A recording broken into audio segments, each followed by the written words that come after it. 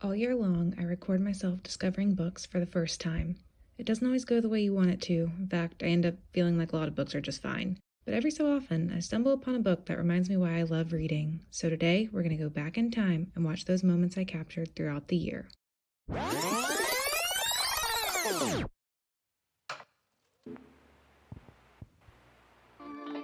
Isn't the cover cool? It's so trippy.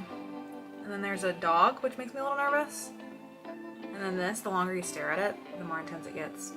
I'm just really having a wonderful time with this book. I ended up really liking this book. It just made me feel so many things. I'm actually really liking this so far. And you know me, it's kind of hard for me to enjoy books sometimes. I'll admit this one took me a while to get into. I am 25% into The Island by Adrienne McKinty, and this book gets going really freaking fast. I am really liking it so far. It is so spooky so far. I'm absolutely loving this. It's incredible. It is so far a 5-star read for me. I am halfway through it. I would be very surprised if it did not end up a 4 or a 5-star. It's just really well done. It's really well written. I have absolutely no idea what I'm getting myself into with this one. It is so ridiculous, and I don't even know how to get across to you how ridiculous it is, but like these are the most unlikable, unrealistic, most ridiculous characters I have ever read in a thriller. The very first scene, our main character, Teo is his name, is talking about how Gertrude is the only person that he likes out of everybody. And he's in this class,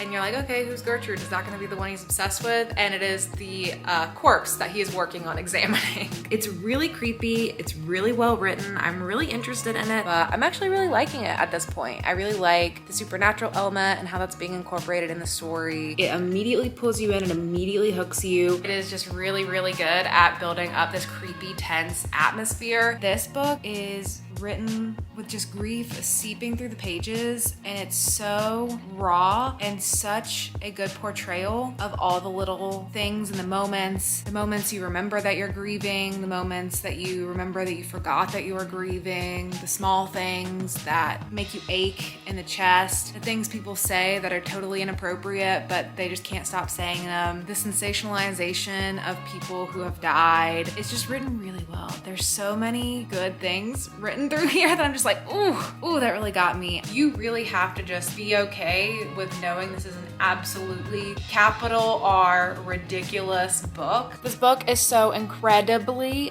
frustrating, especially as a woman. It's incredibly frustrating to read. So far, this book has totally hooked me this far in. There is such strong pining vibes in this between the two girls. Something terrible happens, and it happens fast, and it shocked me. That's just like not what I was expecting, and I love that. I love that I didn't know what was gonna happen, and the stakes are just so high, and it makes you question just like, what would you do in this situation? So far, it's an excellent build-up. I'm really intrigued in the story. It really pulled me in super fast. I am in for the ride with this one. I'm loving it. I'm loving it so much that I'm even dog-earing the pages, which I never do in my books, but there are just so many impactful lines in here. So what if the universe was a hologram? So what if this was all in our heads? The points being made never stuck. I couldn't synthesize this knowledge, but even worse, I couldn't even regurgitate it to at least convince myself I knew something about life or death or meaning. Something inherent, something irreducible. With every moment, the floor shifted under my feet. The world was pressed against my nose, too close to see. I had no story to follow. My favorite character was gone. Oh, it just feels so unique and fresh and not like every other thriller book I typically read. This book is what I wish Finlay Donovan is Killing It would have been. Following this guy named Teo who becomes obsessed with this woman Clarice, and it gets bad. I really like to see a lot of pining and longing in romances, so that's really great. So I don't know, it's just like really intense. Like it feels more like horror right now, which I also think is really cool. It's been a while since I read like a good creepy haunted house story. I'm really enjoying this, so I feel like I should be reading more haunted house stories, and I'm only halfway through and I'm really loving it so much. I just had a lot of feelings. I really enjoyed this quite a bit. I enjoyed it more than I thought I was going to. I think it's a good, fun, fast read. Some crazy shit happens when you're building this tension and suspense and dread in the story. I'm really glad I picked this one up. It goes like full pedal to the metal on just dark comedy, and I love that. I actually really liked this book. This book was so good. 5 stars. One of the best thrillers I've read this year for sure.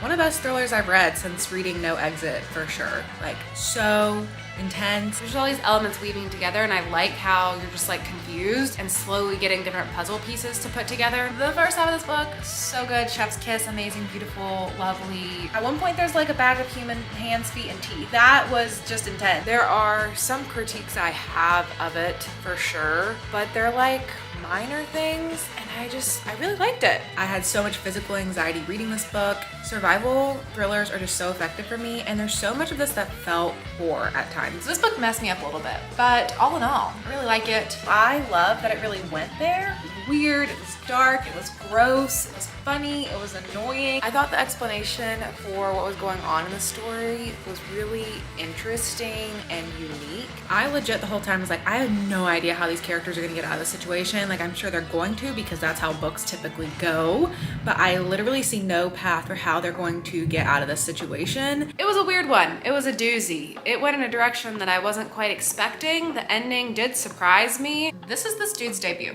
This is his debut novel, and it was really good. So I'm definitely looking forward to more that he does in the future. I really loved the vibes throughout the book. It was creepy. I feel like this is one of those thrillers that I really like, and then everyone's like, oh my gosh, Ashley, you have such weird thriller taste. Like, why do you like that book? It was trash. I just really liked everything about this book.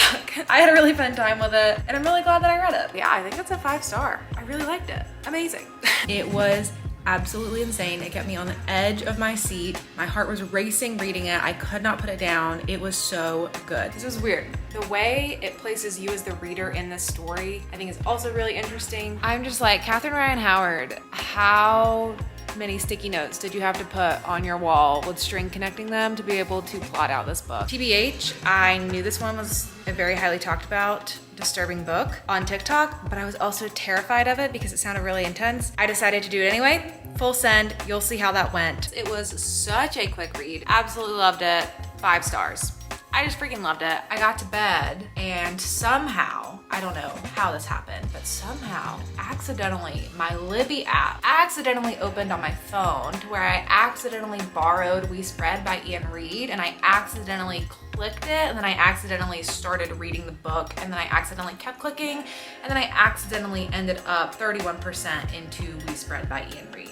Total accident, don't know how that happened. I am so mad about what's going on in this book that I feel ill. You can see Paul Tremblay himself in the main character who's writing the memoir, which I think is really interesting, and I feel like there's even specific hints and nods to make you question, like, is this Paul Tremblay's memoir in a lot of places, which I think is also really cool. It's definitely really cool. It's definitely also confusing. If I was a religious person, I would be going to church to repent for my sins. This book ruined me.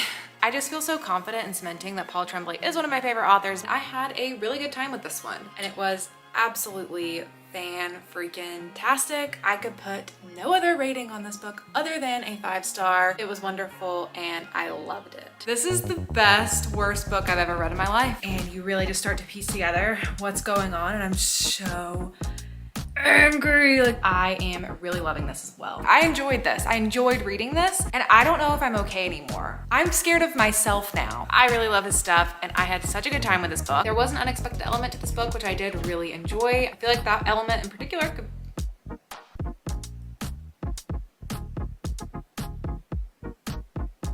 that was spooky. Well, we're gonna ignore that. I absolutely adored it. I feel like Ian Reid just captures so much human experience in his writing. It is just truly phenomenal. I really enjoyed it. I ended up giving this one 5 stars. And then that is there or is there not supernatural element, the ambiguous element of it all throughout. I just love that. I love ambiguity. So much of it is about isolation, being in a cabin in the woods, whether that is the main story you're reading or the story within the story or the story within the story within the story or the story within the story within the story within the story. What was that? Oh my God. Wow. I just thought it was so good. I love the voice of the characters. I just loved the characterization of the characters. I thought they were all just built out really well. It's silly. It's a little bit ridiculous. It's a slasher that has 90s vibes to it. Like, that's what you're gonna get in it. The voice of all these characters was so compelling, and it's so weird, and I feel so weird about it, and I need to go take a shower. I don't know how he does it because his stories don't feel like a complete thing. You know, you don't get everything handed to you. You don't get the explanations. You don't get every scene. You don't know what's happening. You don't know where you are, who to trust, what's happening. But somehow you can come away with it and it just feels so real and raw and relatable and true and honest and visceral, and it is just so incredible. If I talk about my experience with this one, like, it made me very mad, so I was very mad while reading it, but I think that was super effective, so I have to give it 5 stars because it kept me so engaged. It got so many visceral reactions out of me. Like, this is a 5 star. I had such a good time with it. And you're just following these friends throughout the years.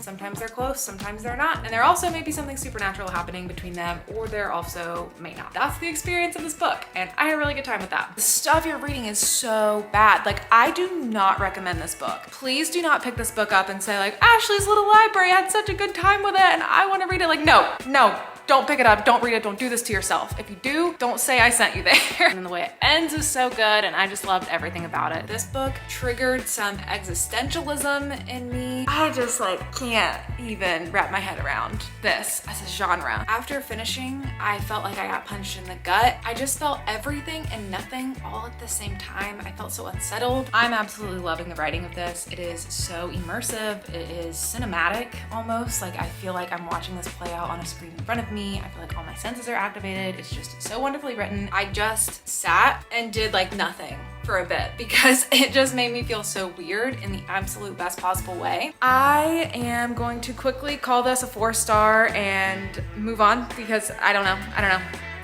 That was Exquisite Corpse.